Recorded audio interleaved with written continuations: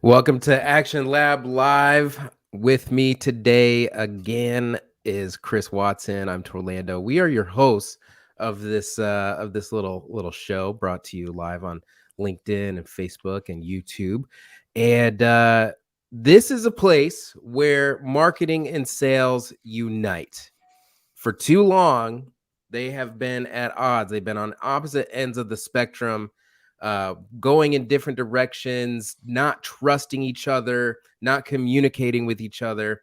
And as a result, your company is suffering. You're not getting the types of leads that you want. You're not closing the sales that you need to be closing. People are frustrated. Your team, they're entering the Great Resignation. They're a full part of that because they're not in alignment.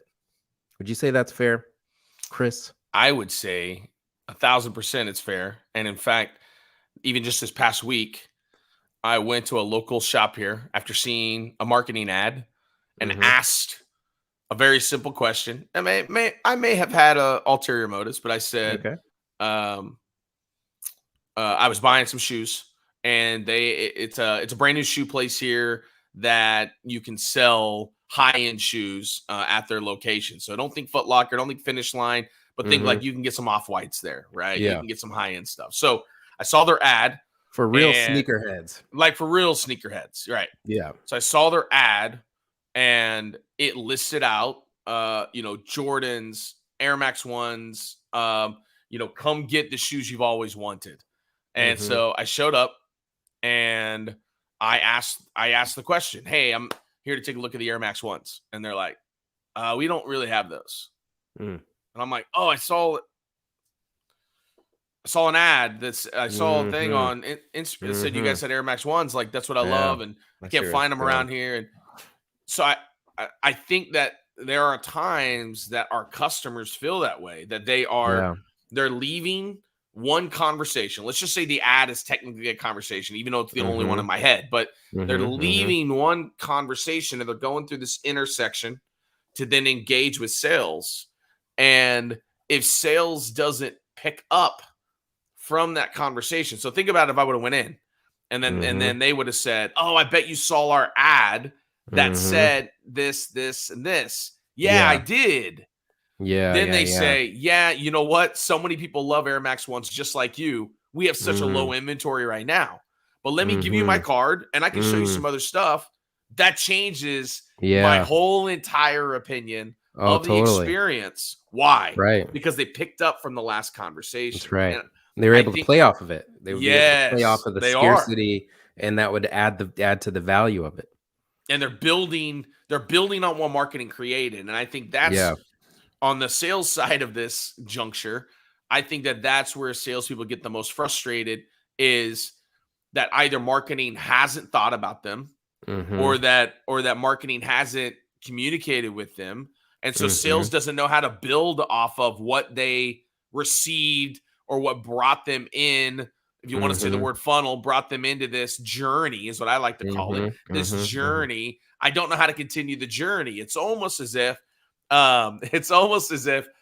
you get on the marketing subway, and then when you get to sales, it's an exchange. You got to get off and hop on a new one, and it shouldn't be that way.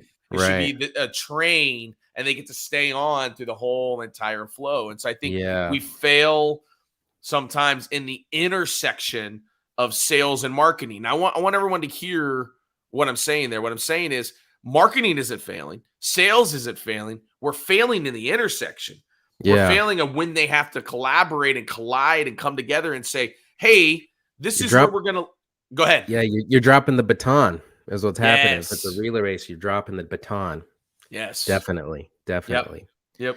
So, this is a really great example, because I have to feel like if marketing and sales were communicating with each other, that they would know how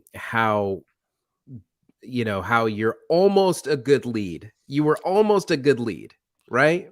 Because you are a sneakerhead enough to go into a store. You know that the shoes are going to be more expensive because they're scarce.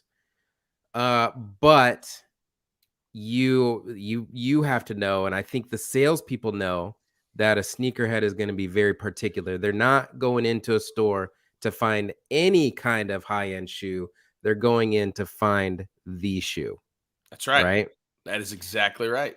And so that means that if you are just trying to get into the door, and then the idea, maybe marketing's thinking, well, why can't you just, sell them into another shoe? And sales says that's not how our customer works.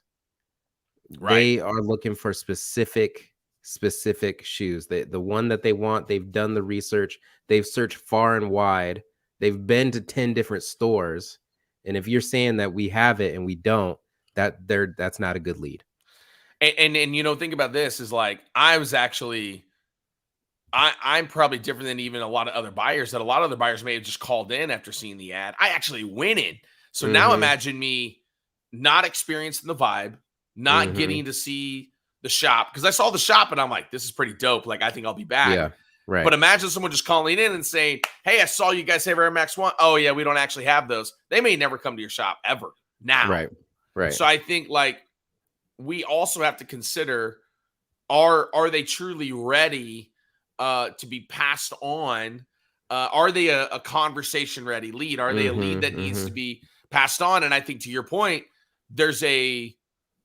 we're defining lead differently. When a salesperson thinks about a lead that's ready to have a conversation, we think that where they are on the journey is they're ready to hear more about why this product has benefits and values that are important to them. And I think for marketing, when they think about the lead, it's they took these 2 or 3 actions that then brought them into our ecosystem. And, like, so I've even thought about this scenario, like, even if they would have had, like, maybe an inventory list, or a way I could call in, or creative, like, shoe hotline. It's like, what are you looking for? Or they had a way that, like, they would call me, or, something of that nature. Like, they got no information from me. It was literally, we carry and the pictures that are scrolling by. In fact, they didn't even have the shoes of the pictures that are scrolling by. And it felt clickbait-ish, So I think sales and marketing need to define, as we talk about a lot, and we've talked about before, we got to define, like, well, what is a lead? And until we can get to a place that the lead isn't just an MQL, and isn't just an SQL, but is a SMQL, a sales and marketing qualified lead. Marketing is so excited then, if, like, we're passing them on to you, they're ready for you to have a conversation, because they have done these. We've seen their behavior do these 2 or 3 things. They're ready to have a conversation about our product and services. Yeah. And it takes, kind of different operations at different stages of, the journey, where, marketing may be talking to a broader audience, and sales may be a little bit more one-to-one, but there's a congruence there that happens. There's something that has to, your marketing and your sales program has to tap into the culture of the buyer. It has to present that. It has to educate them and enlighten them in a way that helps them know that this is the place. And I love your sneaker analogy here, because that is a culture. People who love shoes, specifically streetwear shoes, that is a culture. The product itself defines on a deep level their sense of who they are and their sense of belonging. And so if you can do that if you can indicate through your marketing effort that if they come to your store to buy these shoes, that they will, that is a certificate of approval, of authority, that they are part of the group, right? That's how this works on a psychological level. But then once you get to the store, making sure that the whole sales experience continues that, and you're actually bringing them in, you're befriending them. I mean, I've gone to certain stores that convey that sense of culture. In particular, the streetwear brands do this really well, where when you go in and you end up knowing and talking to the people who are selling you the wear, you end up knowing who the owner is, and you become part of this community.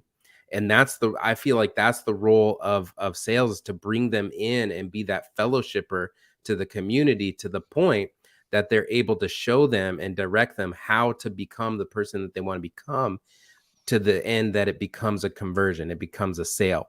And so that nexus, that in between, that cross section, where the call to action happens, which is come to the store, click on the click on the demo, talk to a person.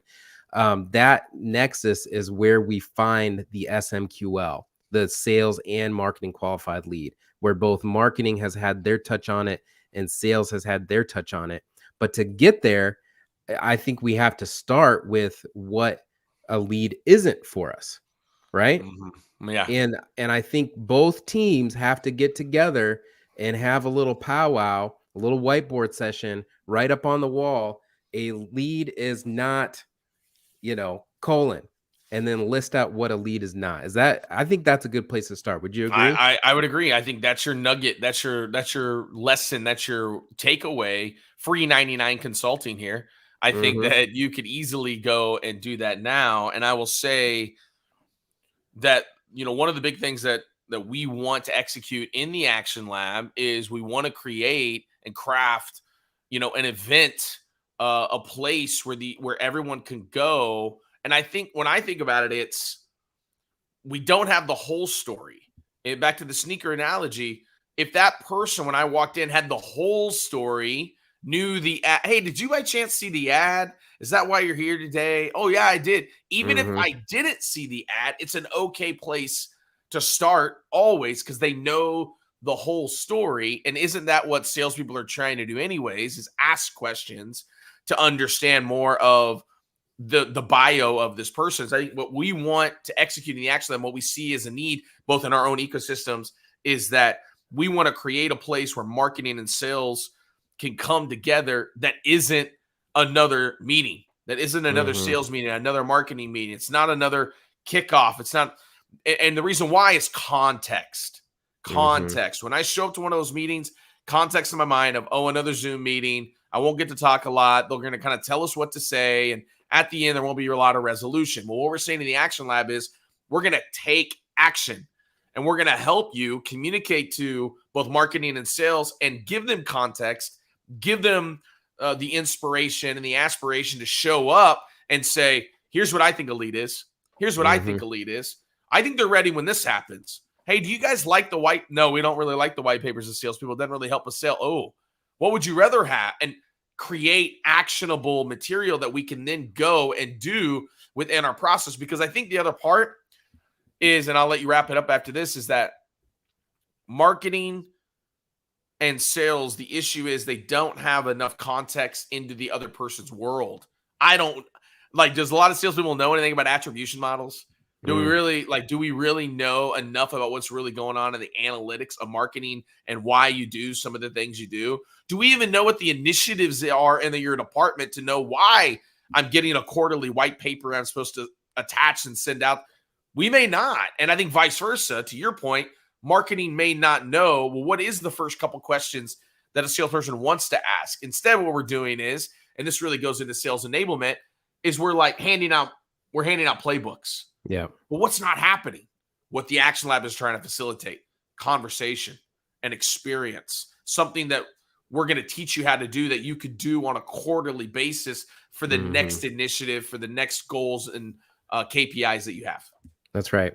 And it's got to be culture building. It's got to be fun. It's got to be educational. And so, we really feel like this is a really great companion to a quarterly retreat, annual kickoff, where we're doing something fun, we're doing something meaningful, we're building team, building culture, and bringing in new insights to your company, as well as helping your company to actually communicate the things that they already know. It's so critical to get people together to do things like define a lead. What is a lead for your company this year in 2022? Who are you going to focus on? What questions are you going to ask to understand who this customer is? What keeps them up at night? What nail they're pounding their head against? What wall they're climbing up? What gets them to move? You have to understand those questions for a very specific person, so that you don't get these inconsistencies in the story that you're telling, so that you don't get the experience where I saw the ad over here, but the salesperson doesn't even know what they're talking about. Okay, it happens too much. So if you want to do that, DM me or Chris. Okay, we're on LinkedIn. Find us, and if you want to tune in next week, Wednesdays at 11 a.m. Eastern, go to join.actionlab.live to register and be a part of the show. We'd love to have you as part of our little community here, our budding community. All right, well, that is our show. Chris, what do you think? I think I got to go look at some sneakers, man. After that, like it's on the brain. It's on the brain. Yeah. StockX, here I come. They got everything. That's right. All right, we'll see you next week, Chris. Later, man. Peace.